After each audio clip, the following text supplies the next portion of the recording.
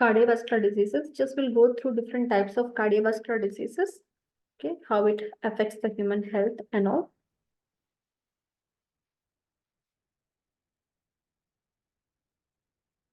So what is a cardiovascular diseases? A group of diseases that affects your heart and your blood vessels.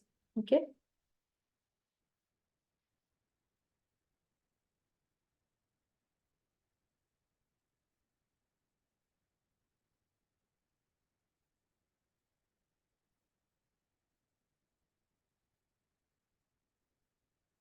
These diseases can affect one or many parts of your heart or blood vessels. A person may be asymptomatic or symptomatic, okay, depending on the severity of the disease condition that has affected them. So, heart and blood vessels issues, which include if your blood vessels are narrowing, if the blood vessels are narrowing, becoming narrow and narrow, the blood flow within them will be reduced, and with that, reduce oxygenation. Okay, reduce supply of nutrients. All the other ailments will follow. Heart and blood vessel problems are present at birth as well. Those are called congenital cardiovascular diseases. You're born with it, congenital. Okay. Heart valves that are not working right. Okay. And irregular heart rhythms, cardiac arrhythmias. So these are the different categories of heart diseases and heart blood vessel diseases that can afflict anyone. Okay. How common is the cardiovascular diseases? It is the leading cause of death worldwide. Okay, almost half of the adults in US have some or the other form of cardiovascular diseases. It affects people of all ages, sexes, ethnicities, and socioeconomic levels as well. 1 in 3 women or people assigned female at birth, they die of cardiovascular diseases, especially after menopause. Okay, after menopause, the risk of cardiovascular diseases in women increases. So what are the causes of cardiovascular diseases? It can vary depending on the specific type of disease. For example, if it is atherosclerosis, what is atherosclerosis? Cholesterol or fat, lipids, they get stuck to your blood vessels from inside. Okay. And the way, the pathway which the blood is supposed to move, if inside of the blood vessels are getting stuck with fat, cholesterol, it's called plaque. Okay. Excuse me. Coronary artery disease or periphery artery disease are also caused by atherosclerosis, which means coronary artery is the artery that supplies blood to the heart. Okay. Heart supplies blood to every other organ in your body, but heart also has tissues, muscles. They also require blood supply. So coronary artery is heart's blood vessel. Okay. So atherosclerosis, the plaque buildup or the fat buildup inside the lumen of your arteries is called atherosclerosis. Okay. Coronary heart disease, scarring of heart muscles, genetic problems or medication can also cause arrhythmias. Arrhythmias means heart has a normal rhythm. Okay. When the normal rhythm is altered, it leads to arrhythmia. Heart rhythm, the rhythm in which the heart is supposed to pump is altered.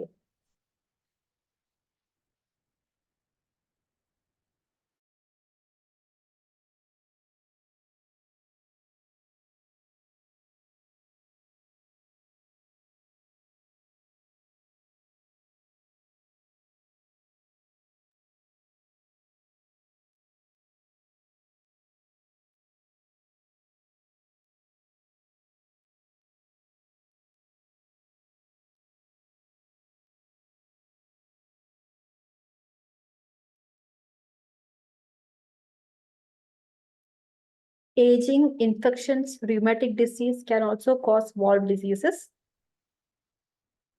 With age also, your blood vessels take it, their elasticity, okay, their health, that decreases, okay, with as a part of your aging process.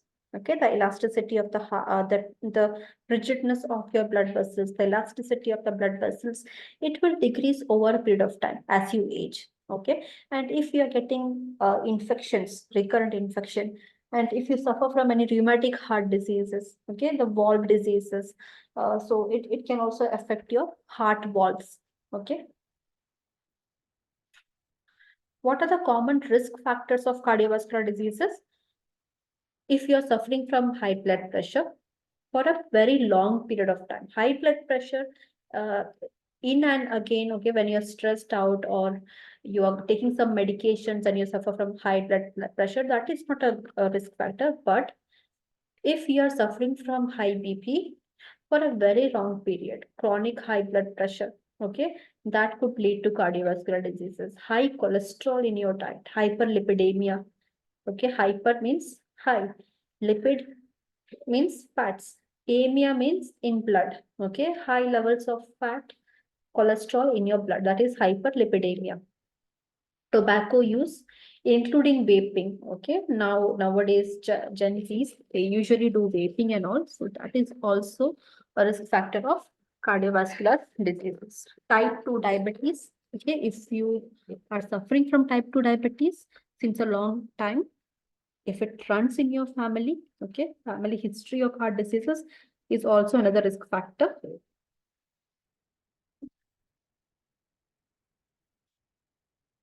Lack of physical activity, having excess of weight or obesity, okay.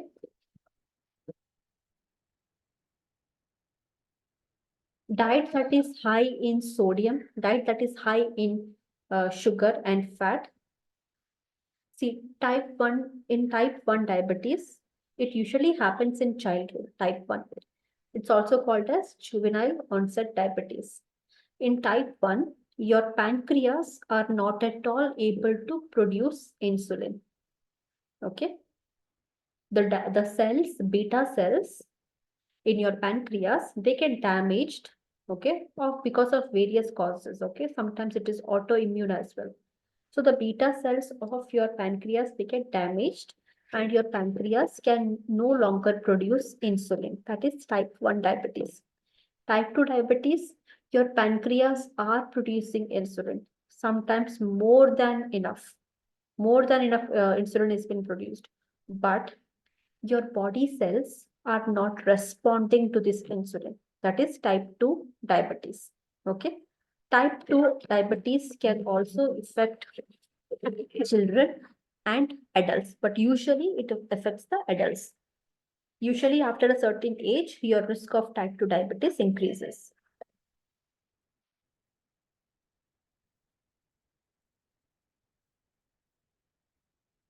Is it clear to all?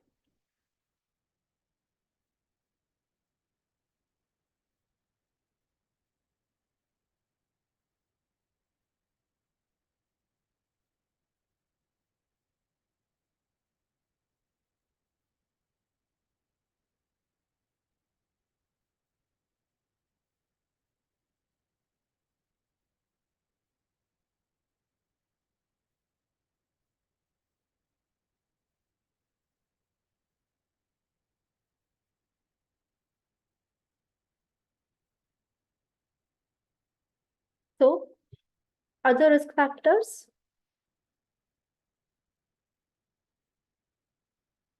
are like high sodium in your diet, high level of sugar, fat in your diet, okay, alcoholism, misuse of any drugs, recreational drugs as well, okay, eclampsia, pre-eclampsia. Pre-eclampsia happens in pregnancy, okay. Pre-eclampsia has these symptoms: protein in urine, high blood pressure, and overall swelling in the body. Okay, these three symptoms should be there.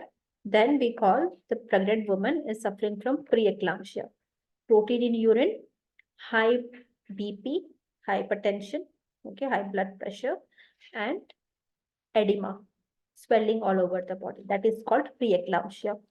Okay. In eclampsia, from pre-eclampsia, when a woman goes to eclampsia, she also gets one more symptom, that is convulsions, fits, seizures. Okay. She goes into convulsions. She will suffer from fits. during her pregnancy. And this happens only during pregnancy. Okay.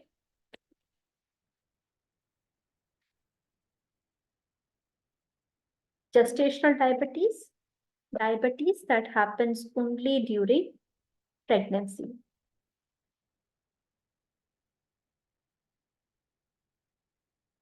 Toxemia is the another name for preeclampsia.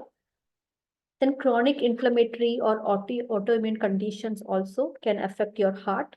Okay, chronic kidney diseases, the urinary system and your cardiovascular system act like twins. Okay, if anything goes wrong in any of this one system, the other system will also suffer. If anything goes wrong in your urinary system, your cardiovascular system will suffer. Okay, if something wrong happens to your cardiovascular system, your urinary system, your kidneys can suffer. Okay, so it goes hand in hand. So all the risk factors, is it clear to all?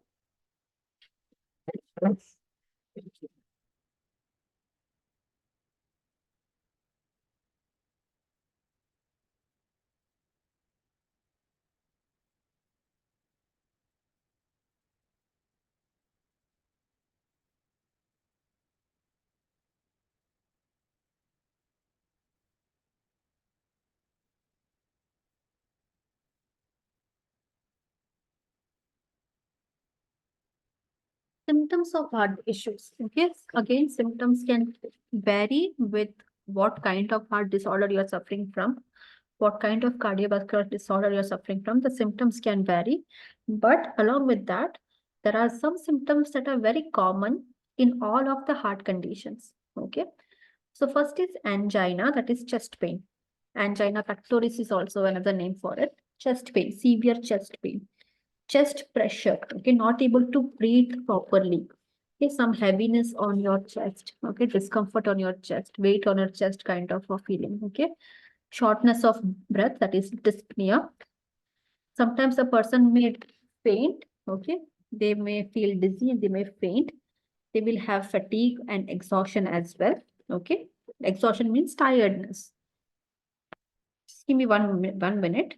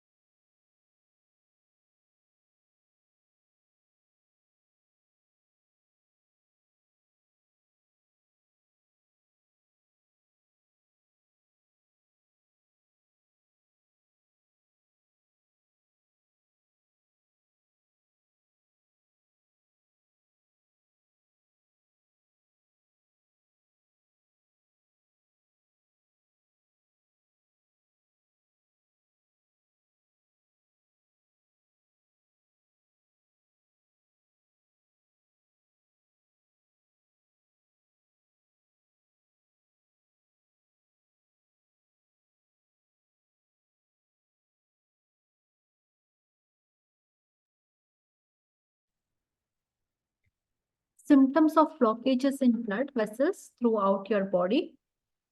So, if you're suffering from any blood vessel based disorders, okay, the symptoms which we discussed previously in this slide, in the previous slide, okay, these are symptoms of heart issues if your heart is afflicted. But if your blood vessels are afflicted, what kind of symptoms you should look out for? Okay, you can look out for these symptoms within your own body, within your family member's body as well. Okay, okay. If the symptoms are present, don't conclude anything, don't diagnose anything. Get a cardiologist to do a complete physical checkup. Okay, So pain or cramps in your legs when you walk, leg sores, okay, wound on leg that is not healing properly, okay. There is a cool or red skin on your leg because lack of oxygenation. Your legs are not getting proper oxygen supply. It means your legs will have a bluish color, okay, reddish bluish color, some purple kind of a tint in your legs, lower legs. Swelling in your legs. Frequently get swelling in your legs, okay. You sit for 3 hours with your legs down, okay, 2 hours or 3 hours with your legs hanging down, your feet, your ankles will get swelling. Okay. Numbness in your face or limb. This may be only on one side of your body. Okay. That could also happen.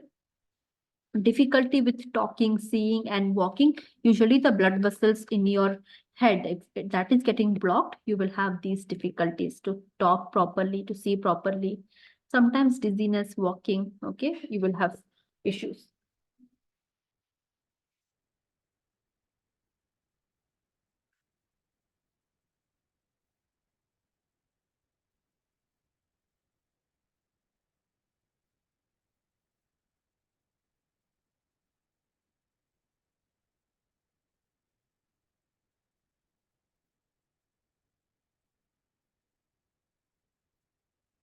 Am I audible now?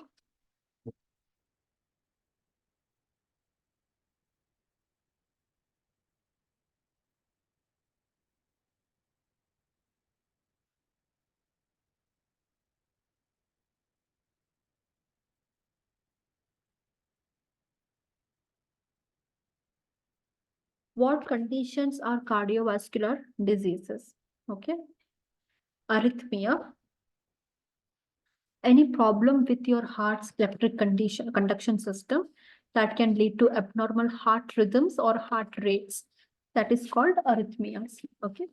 So if you have seen an ECG, electrocardiograph, okay, so the doctors know how to read it, okay, but usually the cardiac arrhythmias are associated with these kind of um, graph: tachycardia, bradycardia, extrasystole, arterial fibrillation, auricular flutter, ventricular flutter. Okay, here your auricles are not function. Atrium is not contracting properly. The ventricles are not contracting properly. These atrium and ventricles are the chambers of your heart. Heart has 4 chambers, 2 atrium, 2 ventricles. Okay. So when the chambers are not contracting and relaxing properly, you will have a abnormal heart rhythm. 1 second.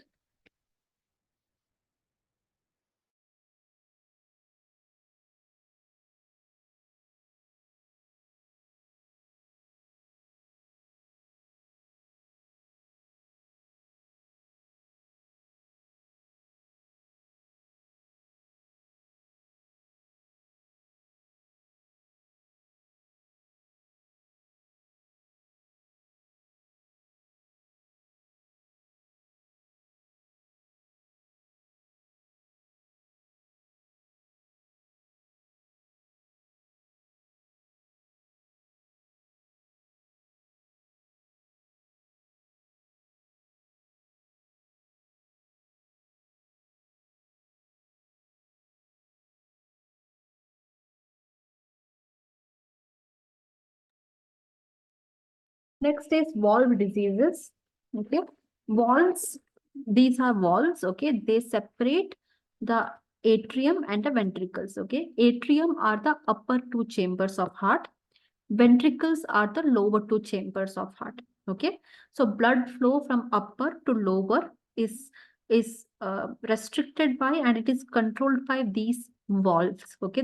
They stay closed when the heart contracts. They open up like this. Okay, when the heart relaxes. So when they open up, the blood will flow from the upper chamber atrium into the ventricles.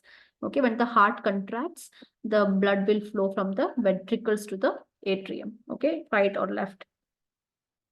So when the valves have some issues, okay, like valve stenosis, okay, narrowing of the valves, even if it is closed, it is kind of open, so blood can seep through. okay? And valve stenosis here, you can see it is not opening properly or closing properly. Okay, so it will affect the blood flow. It will affect the cardiac rhythm. So these are valve diseases. Then you have coronary artery disease.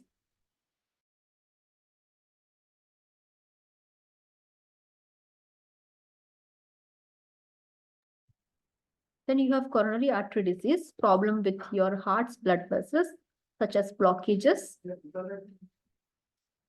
So this is how it happens. These are the coronary arteries.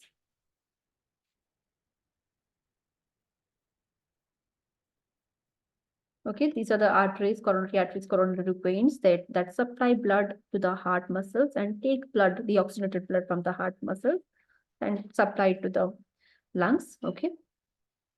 So this is a healthy artery, free of any plaque, any cholesterol or any fat. Okay. So slowly, if your diet is unrestricted or if you have a risk of developing coronary artery disease, slowly over a period of time, this is how fatty deposits take place inside of your artery. And when this fatty deposits take place, there is not enough blood. Okay, no, not enough pathway for blood to pass through. Okay.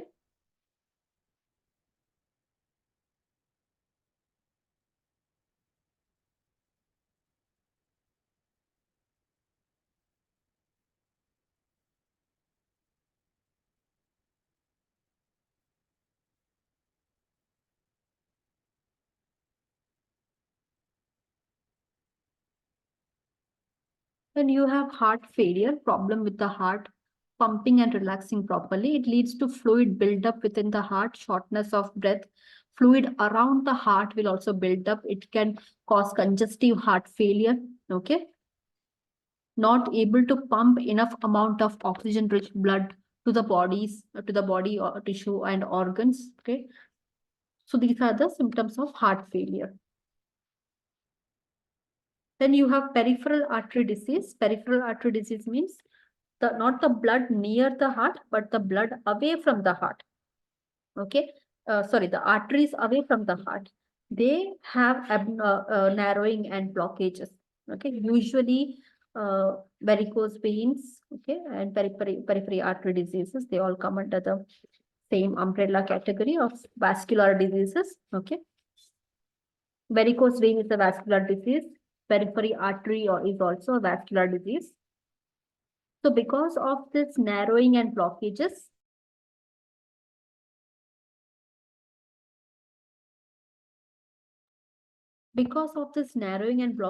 there is no enough blood supply to the artery, to the area near the legs. Okay, it changes the color of the legs. Okay, cool legs, uh, frequent swelling on your legs. Okay, these all are the signs and symptoms of periphery artery disease.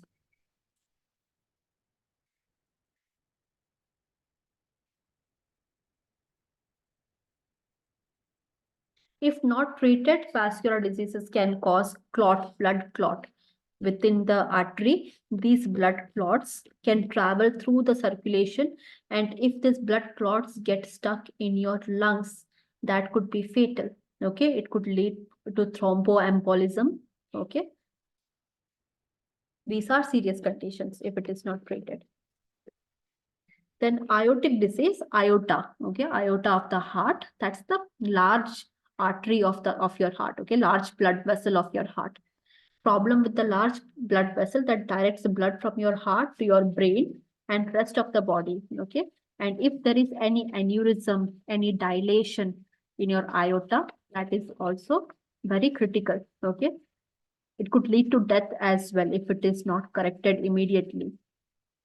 You can see here, this is the aorta. Okay, large vein blood vessels. This is an aneurysm of an aorta. You can see here how abnormal it is. This can burst. Okay, usually chronic chronic hypertension can lead to this aorta bursting. Okay, and if it bursts, there will be an hemorrhage, internal hemorrhage that could lead to death. Then you have congenital heart disease by birth. and heart valves, or like we say, no, a child is born with a hole in a heart or something like that. It's a very layman term to understand what is a congenital heart disease. Okay, so any septal defect can be there, or valvular defect could be there. Septum means, septum you can see here, this is a line that separates the right side of the heart from the left side of the heart. Okay, if there is any abnormal opening in the septum, that means it's a congenital heart disease, septal disease, atrial septal disease, ventricular septal disease. Okay, atrium is, you can see here, the upper two chambers are atrium. So if the abnormal opening is here, you can see here there is an abnormal opening. They have shown as arrow marks here. If this is the abnormal opening, it's called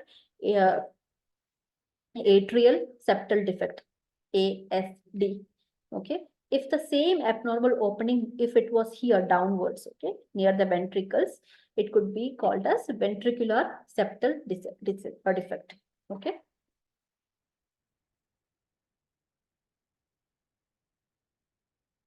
Pericardial disease, problem with lining of your heart, including pericarditis or pericardial effusion.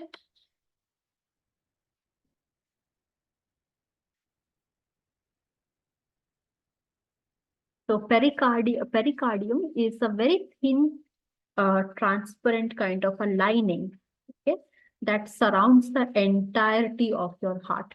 Okay, that's a pericardium. So that sometimes fluid can get accumulated between this pericardium and your heart. That would also lead to congestive heart failure. Okay, and sometimes the fluid accumulation can trigger inflammation. Okay, so that leads to pericarditis. Okay, inflammation of the area around the heart. You can see here how it is an inflamed place.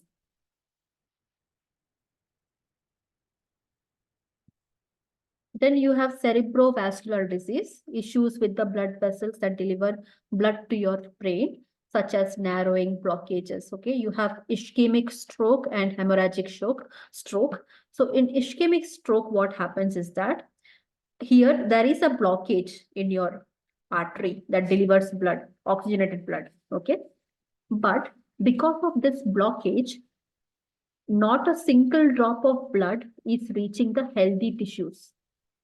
Okay, so what happens over a period of time, the tissues who are not getting oxygenated supply of blood, they die off. They undergo necrosis and they die off. The tissue completely dies off, and it leads to ischemic stroke.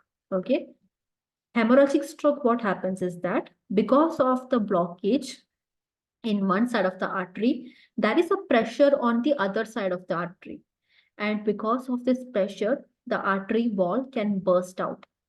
And once it bursts, once the artery will burst open, the blood will rush through that opening and be around the tissues of your brain.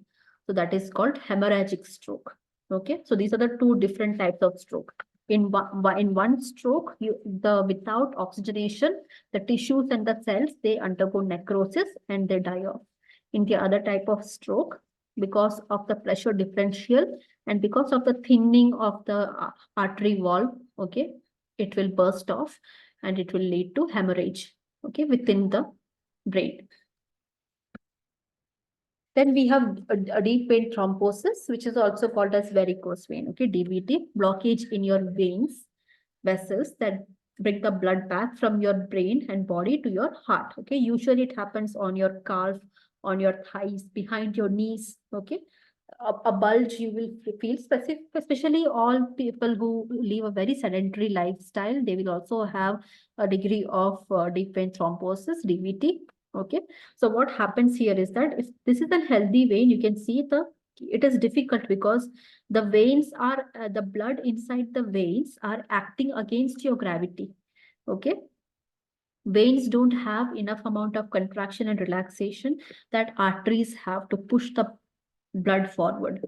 Okay, so they have to work against gravity. On top of that, if the elasticity and if the rigidness of your vein is not enough, okay, it would lead to pooling of blood in these compartments of the veins, okay, and that will lead to blood clot. Sometimes this blood clot can break off. Okay, see, you can see here the blood clot is have broken off, and this embolism or thrombus that will travel through the blood veins, okay, and it will get deposited at your lungs, and it will lead to, it could, if not treated immediately, it could lead to death. Okay. Some common tests how to diagnose any cardiovascular diseases. You have to do the blood work, measure the substances that indicate cardiovascular health, such as cholesterol, blood sugar levels, specific protein. Okay, whoever is your cardiologist, they will describe what test you have to get. Ankle brachial index, okay, it compares the blood pressure of your ankles and your arms to see if the blood pressure is same at your ankle and at your arms, not much difference, it means you're healthy. But if there is a big difference in the blood pressure at your ankles and your arms, it means you're suffering from peripheral artery disease. Okay. Then EKG or ECG, electrocardiogram, that records the in graphical nature, it will record your heart's electric activity. Then ambulatory monitoring, it uses that you will go to a hospital, they will attach a BP device on your hand or on your ankles or on your leg. You have to go back to your home. Okay, you will come back after 1 or 2 days. Throughout these 24 to 48 hours, you will not remove this band that you have worn. Okay, so because throughout the 24 hours, 48 hours, this device will monitor your blood pressure. Okay, which time of the day you had peak high blood pressure, which time of the day your blood pressure was low. Okay, all these data will be monitored continuously for 2 to 3 days. Okay, that is ambulatory monitoring.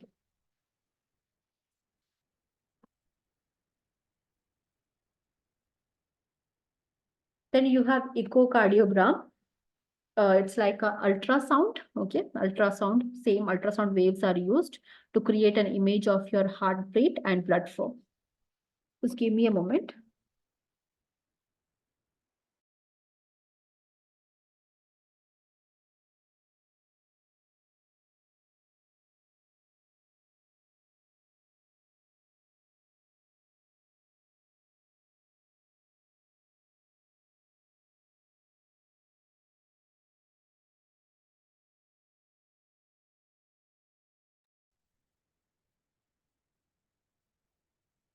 Ultrasound uses sound waves to check blood flow in your legs or on your neck.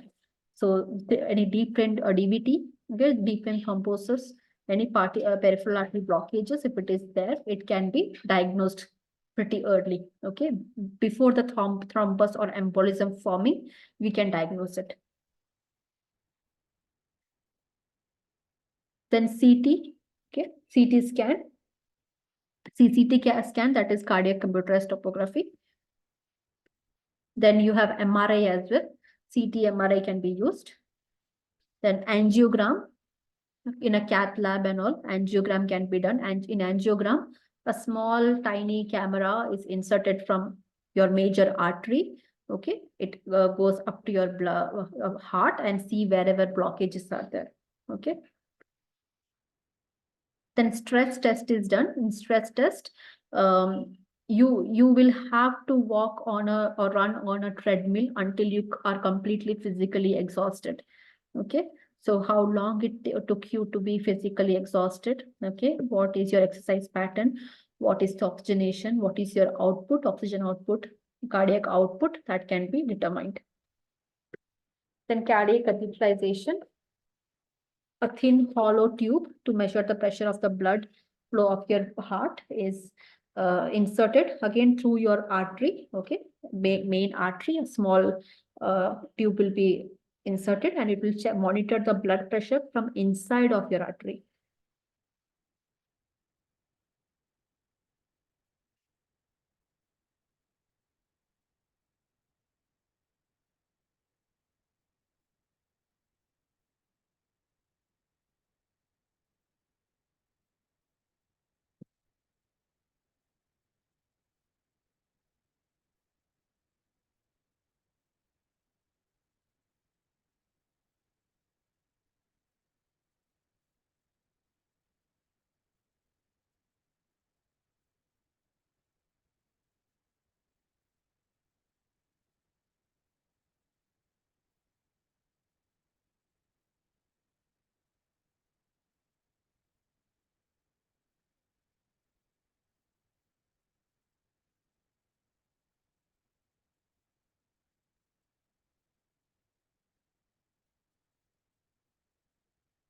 Then management and treatment.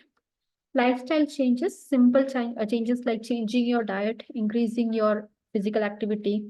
If you have a habit of smoking or tobacco, okay, vaping, alcoholism, quit that. Okay, so these lifestyle changes will help. Medication, your healthcare provider will prescribe the medication. So we can't comment on that much depending on what you're suffering from.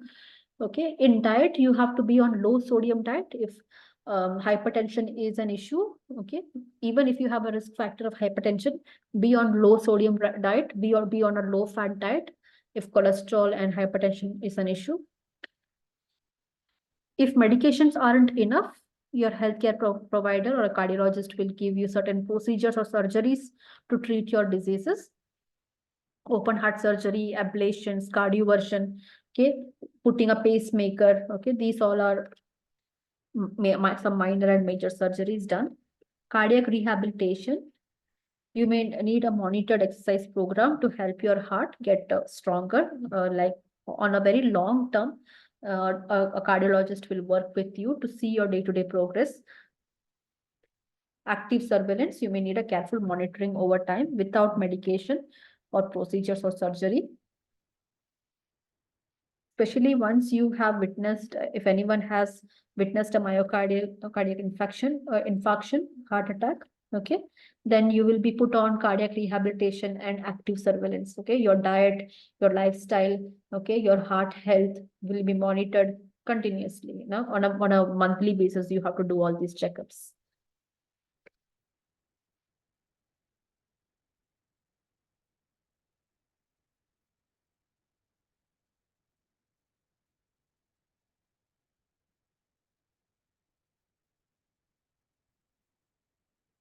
Avoid all tobacco. Avoid all tobacco products. Okay. Manage your other health conditions like type 2 diabetes, high cholesterol, high blood pressure. Achieving and maintaining a healthy weight is important. Okay, a lot of cardiac diseases can be prevented even before it happens. It can be prevented just by watching your weight. It does not mean you should have a specific kind of a body figure or image. Okay, just don't be on the overweight and obese category. Just be on the healthy BMI index. Okay, eating a diet that is low in sodium and saturated fat, that is, try to avoid ghee, butter, okay, coconut oil as much as possible. Minimal use is fine, but not overuse. Exercising at least 30 to 60 minutes per day on most days is important. Reducing and managing your stress levels.